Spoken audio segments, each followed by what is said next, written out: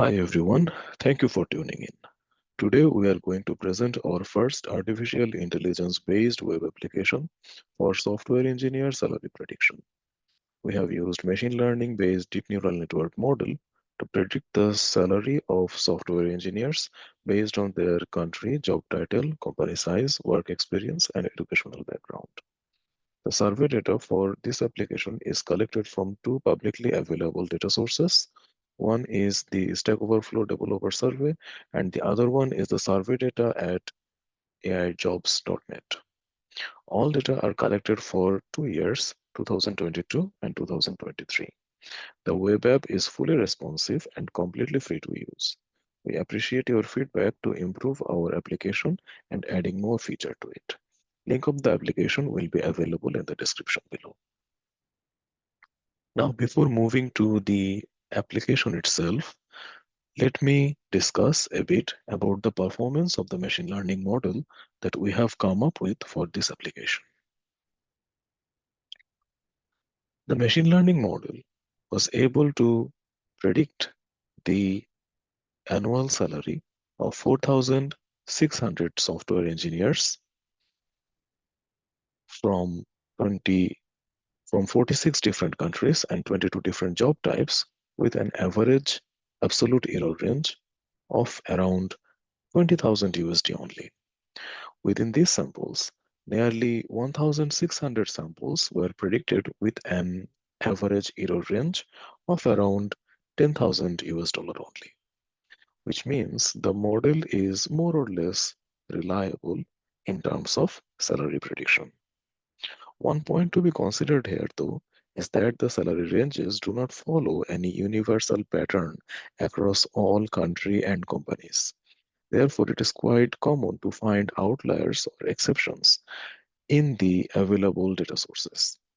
Our goal was to remove those outliers from the collected survey data so that the machine learning model can reliably predict the typical salaries.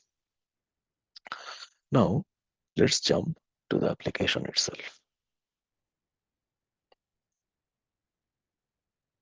Now, as we can see that the software engineer salary prediction application has two sections. The input section, where you can select different inputs to get the prediction. So the predictive machine learning model output visualization is also part of this input section. The salary analysis part is for visualizing the survey data. Now, let's discuss a bit about the input section itself.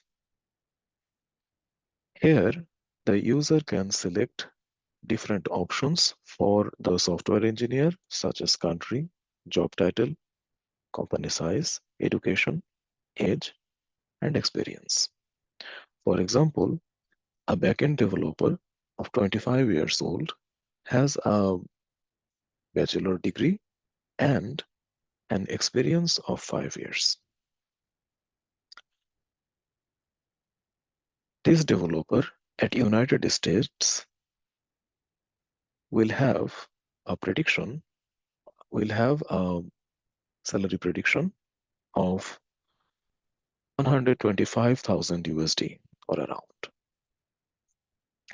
Once get prediction button is clicked, the AI model will predict the salary for the selected combinations and it will visualize the result. Now, if we reset the input and change the education from bachelor to doctoral and see the prediction for that, we are seeing that the annual salary has increased by around 10,000 USD, which is reasonable. Now let's reset the input again and increase the experience by 5 more years and then get the prediction. Now we can see that the predicted salary has increased by around 10,000 USD gain. So it is reasonable enough that with the increase of experience and educational backgrounds increase, the salary is also increasing for this particular job title at this country, which makes sense. So let's now change the country from United States to something else, like, okay, Germany. Now see the prediction for Germany, and we are seeing that for the same parameter, except the change of, except the country, which is changed from United States to Germany, now the prediction has decreased to around 85,000 USD. So that's what we can observe, the change of salaries in terms of country, job title, company size, education, years of experience, and so on. Now for Germany, let's increase the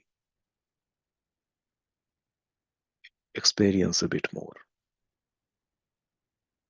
And you see that the prediction has also increased the annual salary.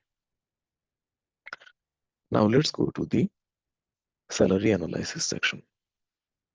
Here we can see two plots. The subtitle is saying that analyzed salary for backend developers in Germany. That means these two plots are being shown based on job title and the country.